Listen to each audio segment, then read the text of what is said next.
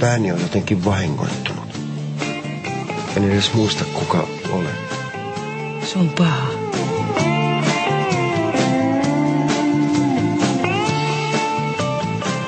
Nyt on perjantai. Mennään ulos syömään.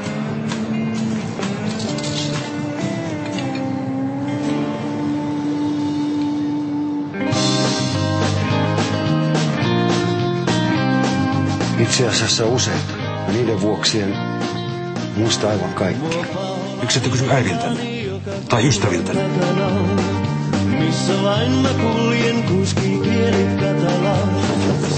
Koira jää vahtiin.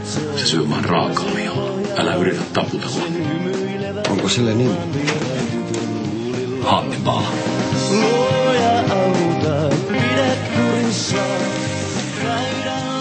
Oletko varma, että voi auttaa? Luulen, että tämä on jo pilalla.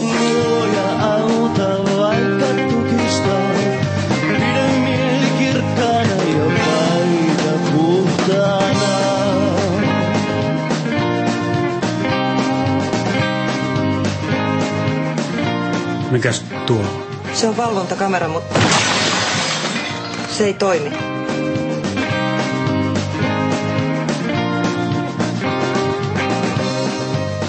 Saatatte esimerkiksi olla ulkomaalainen. Puhu kai suomea. Teikäläiset oppivat nopeasti.